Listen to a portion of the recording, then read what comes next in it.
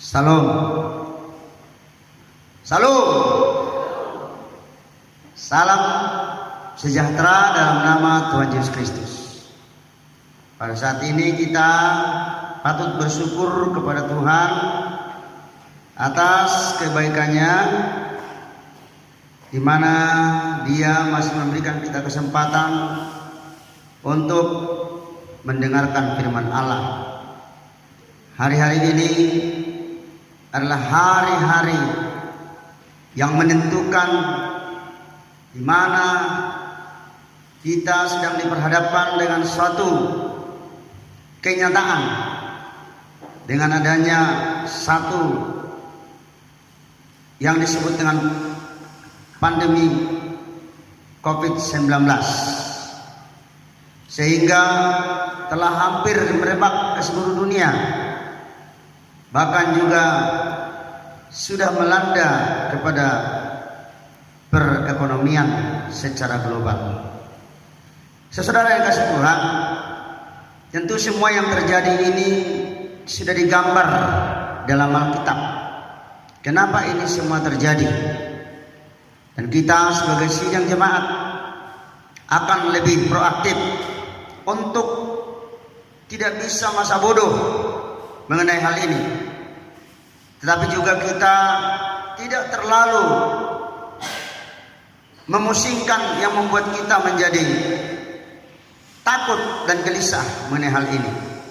Tapi marilah kita selalu berpedoman kepada firman Tuhan, karena dalam firman Tuhan itulah kita akan mendapat jawaban dari segala apapun menjadi permasalahan, persoalan, problem, baik yang menimpa dunia ini secara umum, juga dalam kehidupan kita secara pribadi. Hari ini mari kita baca dulu firman Tuhan yang tertulis dalam kitab Keluaran pasal yang ke-8, yaitu dikatakan di situ mengenai bagaimana satu wabah yang terjadi bagi orang Israel. Tetapi kita lihat dalam wabah ini bukan hanya untuk orang Israel, tapi untuk seluruh yang ada di mana Israel berdiam, yaitu di Mesir. Dan kita lihat dalam kitab Keluaran pasal yang ke-8 ini, dalam tulah yang keempat ini, di sini Tuhan menunjukkan satu tempat, sehingga tempat ini menjadi satu tempat pengecualian, di mana kalau seluruh orang Mesir kena kepada tulah, tetapi tempat ini menjadi tempat yang dilindungi oleh Tuhan. Mari kita dengar dalam kitab Keluaran 8 ayat yang ke-20 dan seterusnya. Judulnya adalah tulah keempat, yaitu lalat pikat. Berfirmanlah Tuhan kepada Musa, bangunlah pagi-pagi, berdirilah menantikan Firaun pada waktu biasanya ia keluar ke sungai, dan katakanlah kepadanya, beginilah firman Tuhan, biarkanlah umatku pergi supaya mereka beribadah kepadaku. Sebab jika engkau tidak membiarkan umatku itu pergi, maka aku akan melepaskan pikat terhadap engkau, terhadap pegawai-pegawaimu, rakyatmu dan rumah-rumahmu, sehingga rumah-rumah orang Mesir, bahkan tanah di mana mereka berdiri akan penuh dengan pikat. Tetapi pada hari itu aku akan mengecualikan tanah Gosen, di mana umatku tinggal, sehingga di sana tidak ada terdapat pikat, supaya engkau mengetahui bahwa akulah Tuhan ada di negeri ini, bahwa aku Tuhan ada di negeri ini. Sebab aku akan mengadakan perbedaan antara umatku dan bangsamu. Besok tanda mujizat ini akan terjadi. Tuhan berbuat demikian, maka datanglah banyak-banyak pikat ke dalam istana Firaun dan ke dalam rumah pegawai-pegawainya dan ke seluruh tanah Mesir. Negeri itu menderita karena pikat itu. Nah, saudara yang dikasih Tuhan, kita lihat bagaimana satu tulah terjadi yang di tanah Mesir. Tetapi Tuhan telah membuat satu tempat, itulah yang disebut dengan Gosen. Karena dikatakan adalah satu tanah yang terkhusus yang dipersiapkan oleh Yusuf dan Firaun untuk tempat Israel, sementara mereka berada di Mesir. Dan dikatakan saudara, sebab aku akan mengadakan perbedaan antara umatku dan bangsamu. Besok tanda mujizat ini akan terjadi. Ya, dalam ayat yang ke-23 dikatakan, sebab aku akan mengadakan perbedaan antara umatku dan bangsamu. Besok tanda mujizat ini akan terjadi. Nah, dari perkataan ini saudara-saudara jelas bahwa kita sebagai umat Tuhan, sebagai orang Kristen adalah orang-orang yang dikhususkan supaya kita menjadi orang-orang yang berbeda dari dunia ini, supaya kita tidak menjadi sama dengan dunia ini. Tuhan mau mengkhususkan kita menjadi satu umat, dikatakan bangsa yang terpilih, umat kepunyaan Allah sendiri. Jelas sebabnya Tuhan sengaja menyediakan satu tempat yang bernama Gosen. Gosen artinya mendekat. Saudara-saudara, dari ayat inilah kita mengetahui ya bahwa Tuhan itulah Tuhan yang sudah merancang dengan secara spesial buat umatnya, bahwa walaupun apa yang terjadi buat dunia ini, tetapi Tuhan sudah membuat satu rancangan terkhusus bagi umatnya.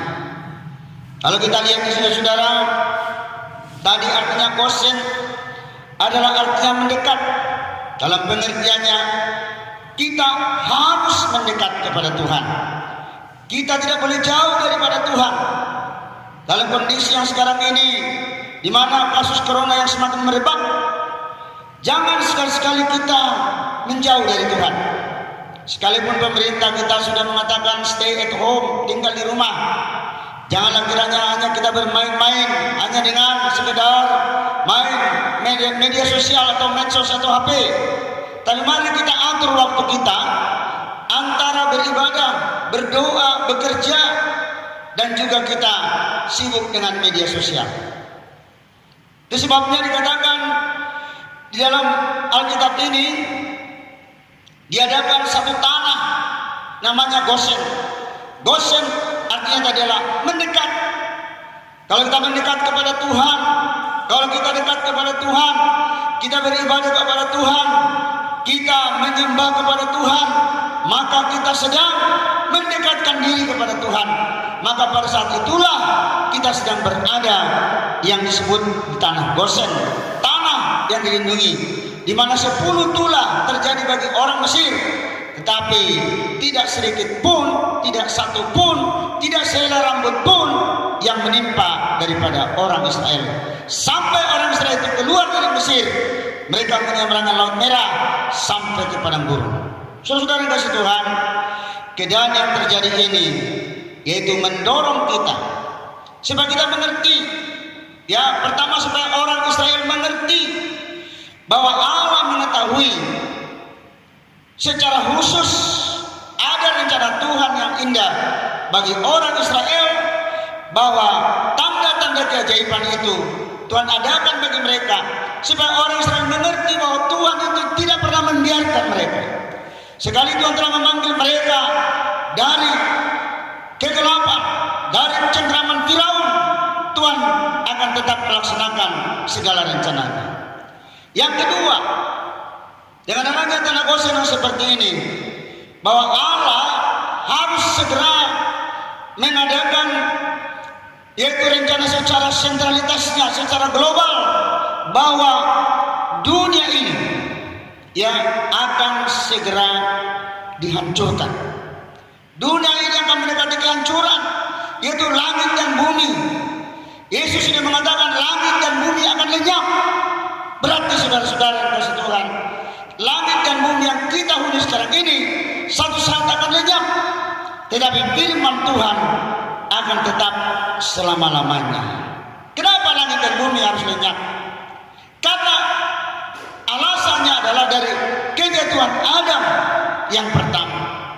Ketika Allah menjadikan langit dan bumi, bumi ini penuh dengan kesucian, kekudusan, kemuliaan Allah.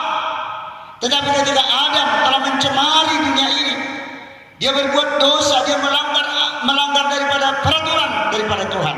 Maka dikatakan sampai keturunan yang berikutnya, Kain membunuh Habel, sampai seterusnya,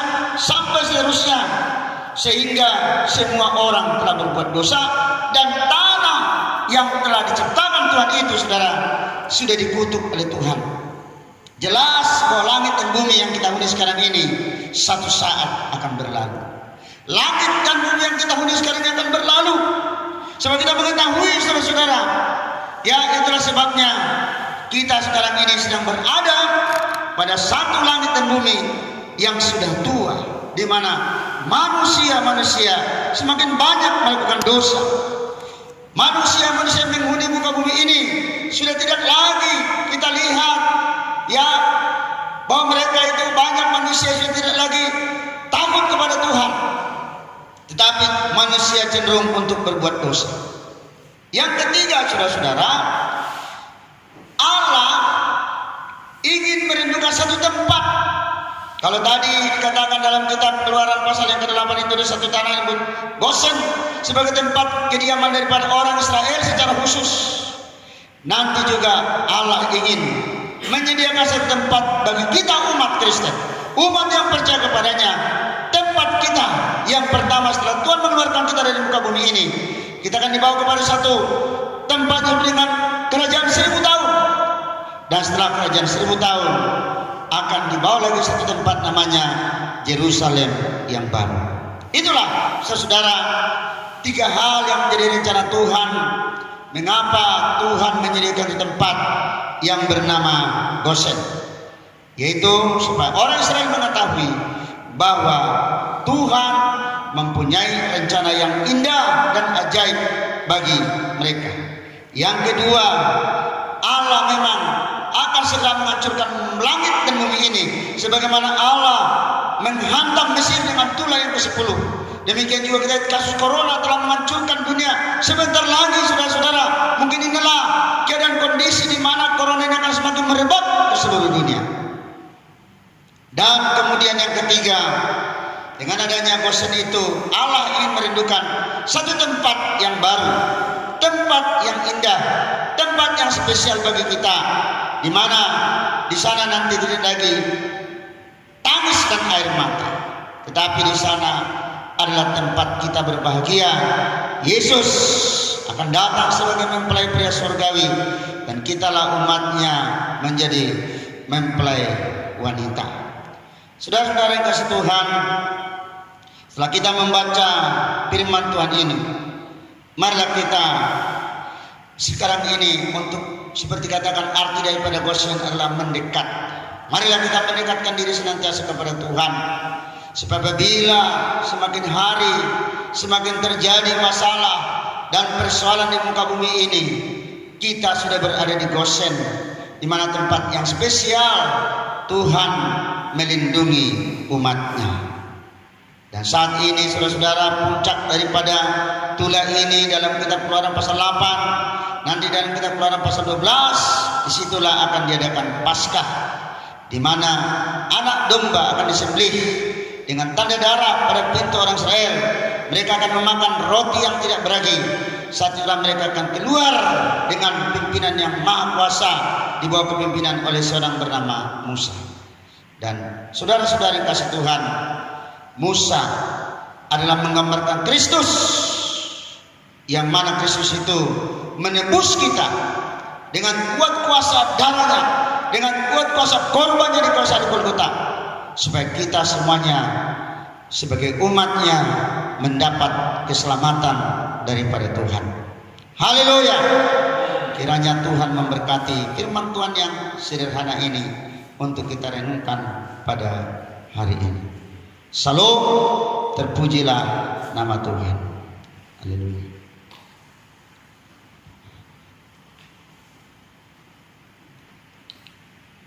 Kita nyanyikan suatu pujian, yaitu El Shaddai, tak usah takut.